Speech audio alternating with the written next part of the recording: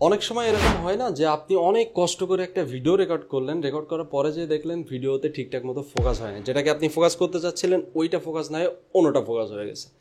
তখন আপনি কি করবেন? এমন হতে পারে যে ওই সিনটা পরবর্তীতে রেকর্ড করা পসিবলই না, যেটা আপনি রেকর্ড করে ফেলছেন ওইটাই আপনাকে কাজে লাগাতে হবে।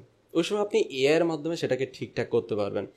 এছাড়া আমাদের অনেকে দাদি দাদার পিকচার আছে যেগুলো সাদা কালো পিকচার কিংবা অতটা কোয়ালিটিফুল না, সেগুলো আমরা একটু রঙিন করেও দেখতে পারি ফটো।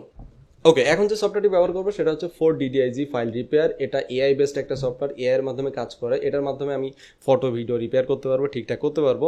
তো আমার অলরেডি ইনস্টল করা আছে, আমি এই ভিডিওর ডেসক্রিপশনে একটা লিঙ্ক দিয়ে দিচ্ছি, আপনারা সেখান থেকে চলে যান অফিসিয়াল ওয়েবসাইটে, সেখান থেকে আপনারা ডাউনলোড করে ইনস্টল করে নিতে পারবেন। আমার অলরেডি ইনস্টল করাই আছে, আমি এখান থেকে জাস্ট ওপেন করতেছি। ওপেন করার পরে এখানে দেখুন video repair, photo repair, file repair. অনেক সময় দেখা যাচ্ছে অনেক ফাইল আমাদের ওপেন হয় না, হ্যাঁ, অনেক ফাইল প্লে হয় না, সেগুলো আপনি এখান থেকে ফাইল রিপেয়ারে ক্লিক করে এখান থেকে ঠিকঠাক করে নিতে পারবেন। প্রথমে আমি দেখাবো ফটো রিপেয়ার, কারণ ভিডিও রিপেয়ার করতে অনেক সময় লাগবে।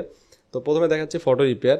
এখানে একটা আছে ইনহ্যান্স ফটো কোয়ালিটি, আরেকটা আছে কালারাইজ ফটো। প্রথমে আমি কালারাইজ ফটোর এই যে এটা দেখাচ্ছি, আমি এখানে ক্লিক করলাম, দেন অ্যাড অ্যান্ড ড্র্যাগ ফটো।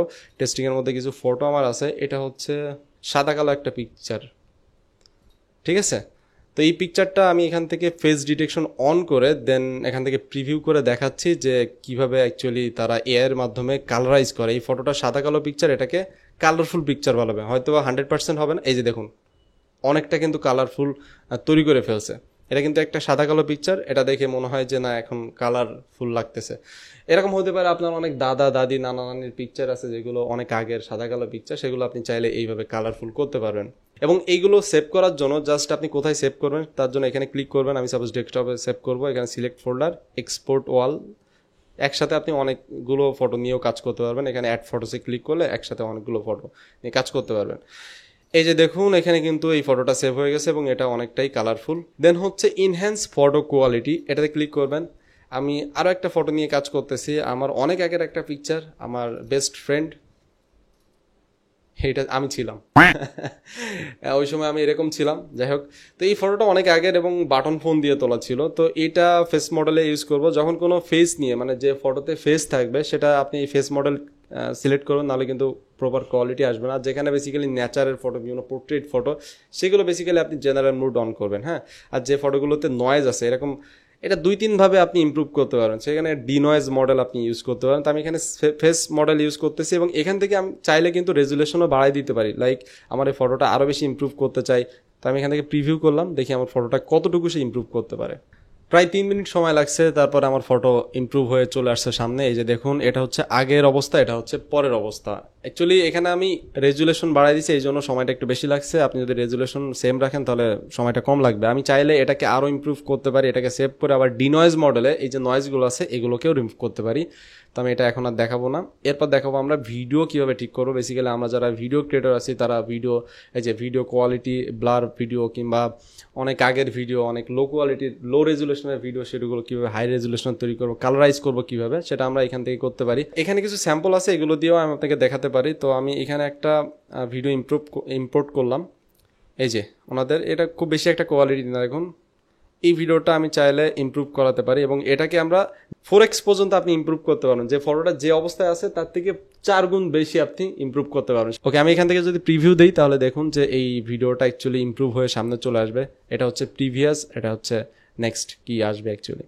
দেখুন এখানে জাস্ট কয়েকটা ফ্রেম তারা জেনারেট করে দেখায়, সম্পূর্ণ ভিডিও এক্সপোর্ট করতে আর একটু সময় লাগবে। তো চলে আসছে আমার ভিডিও, এখানে দেখুন কতটা ইমপ্রুভ। এই যে মানে জাস্ট 2-3টা ফ্রেম সে ইমপ্রুভ করে দেখাইছে যে সে কতটা ইমপ্রুভ করতে পারে। এখানের অবস্থা দেখুন আর এখানের অবস্থা। এটা আপনি সম্পূর্ণ ভিডিওটা যখন করবেন তখন জাস্ট এক্সপোর্ট করলে হবে। এখানে দেখুন যে up to 10 video frames can be enhanced. Just 10টা ফ্রেম, মানে 1 সেকেন্ডে 25টা 30টা কিংবা 60টা FPS অনুযায়ী ফ্রেম থাকে। তো সেখান থেকে জাস্ট 10টা ফ্রেম সে ইমপ্রুভ করে দেখাইছে, মানে 1 সেকেন্ডও না। কারণ এটা প্রচুর সময় না, আমি আবারও বলতেছি এটা কিন্তু প্রচুর সময় না। যখন আপনার 1 মিনিট 2 মিনিটের ভিডিও দিবেন দেখবেন 3-4 ঘন্টা চলে গেছে। কেমনে কি করে চলে গেছে? 3-4 ঘন্টা ধরে আপনি বসে আছেন, হয় না। আমার পিসি যথেষ্ট ভালো কনফিগার, তারপরেও 2-3 ঘন্টা সময় লেগে যায়। সো এআই এর মাধ্যমে এটা মানে প্রত্যেকটা পিক্সেল ধরে ধরে, প্রত্যেকটা ফ্রেম ধরে ধরে কাজ করে। আর এটা সবসময় যে একদম আপনার কারেক্ট হবে, একদম ঠিকঠাক মতো হবে এরকমও না।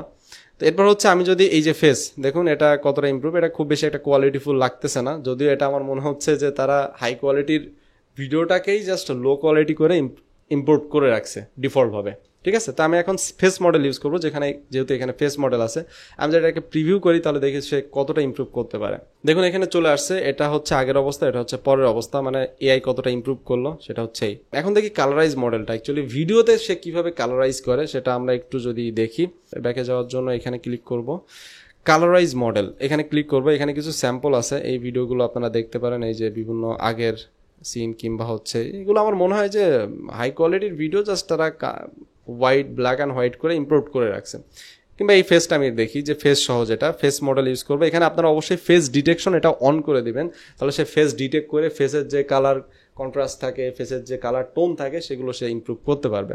হ্যাঁ, তো এখান থেকে আমি প্রিভিউ দিই, দেখি এই সাদা কালো পিকচারটা কতটা সে রঙিন করতে পারে। তো এইভাবে বেসিক্যালি আপনি আগের ভিডিওগুলো, সাদা কালো ভিডিও কিংবা সাদা কালো পিকচারগুলো আপনি রঙিন করে নিতে পারেন। দেখুন এখানে কিন্তু রঙিন চলে আসছে। এখানে কি করে সে বেসিক্যালি বিভিন্ন সিন ডিটেক্ট করে, লাইক এটা হচ্ছে নেচার পোর্ট্রেট, মানে পিছনে ব্যাকগ্রাউন্ড যেটা আছে সে এআই বুঝতেছে এটা নেচার, তো নেচারের অ্যাকচুয়ালি কীরকম কালার থাকে সেইভাবে সে ইনসার্ট করে। এটা সে বুঝতেছে ফেস ডিটেক্ট করে যে এটা অ্যাকচুয়ালি ফেসের কি কালার টোন থাকে সেইভাবে সে হচ্ছে ইমপ্রুভ করে, ঠিক আছে। সবসময় যে 100% কারেক্ট আসবে এরকমও না, কিন্তু দেখা যাচ্ছে আপনার দাদি দাদা, আপনি সাদা কালো পিকচার দিলেন, ঠিক আছে, এখন আপনার দাদি কিংবা দাদা কালো ছিল কিন্তু সে একদম সুন্দর করে চাইনিজদের মতো কিংবা এদের মতো কালার টোন করে দিচ্ছে, এরকমও হইতে পারে। কিছু অসুবিধা আছে, সেটা হচ্ছে অনেক টাইম নেয়, অনেক টাইম ভাই। আমি 3-4 ঘন্টা, আমি জাস্ট এই সফটওয়্যার যখন টেস্টিং করতেছিলাম তখন 3-4 ঘন্টা ধরে বসে আছি, হয় না ভাই। আপনি চাইলে ন্যাচারের ফটোগুলো এরকমভাবে, এখানে ফেস ডিটেকশনের দরকার নাই কারণ এখানে ফেস নাই, সো আপনি এখান থেকে প্রিভিউতে ক্লিক করবেন। এই যে দেখুন এখানে কিন্তু অটোমেটিক কালার চলে আসছে, আকাশের কালার কিংবা এই কালারগুলো কিন্তু চলে আসছে। তো এই সফটওয়্যারটা আপনারা ইউজ করতে পারেন, আমি ভিডিও ডেসক্রিপশনে লিঙ্ক দিয়ে দেবো। তবে হ্যাঁ, সব থেকে বড় কথা হচ্ছে এটা একটা স্পন্সর্ড ভিডিও, এবং এই সফটওয়্যারটা যাদের কাজে লাগবে, এটা একটা পেইড সফটওয়্যার, আপনাকে টাকা দিয়ে কিনতে হবে। সো টাকা যেহেতু খরচ করতেছেন, সেহেতু যদি আপনার এই কাজগুলো লাগে, এই কাজগুলো আপনার দরকার হয় কিংবা ফটো ভিডিও নিয়ে এই ধরনের যদি আপনার কাজ করার দরকার, দেন আপনি কিনবেন। আদারওয়াইজ আমার দিক থেকে মনে হয় যে এটা নর্মাল কোনো মানুষের এর পিছনে টাকা খরচ করার দরকার নেই। যদি এটা স্পন্সর্ড ভিডিও, তারপর অনেস্টলি বললাম। তো ভিডিও ভালো লাগলে অবশ্যই ভিডিওতে লাইক দিতে ভুলবেন না। আমাকে যদি ভালো লাগে সেই হিসেবেও একটা লাইক দিতে পারেন, আর কমেন্ট করে জানাতে পারেন সফটওয়্যারটি আপনার কেমন লাগলো এবং কতটুকু অ্যাকচুয়ালি উপকারে আসবে।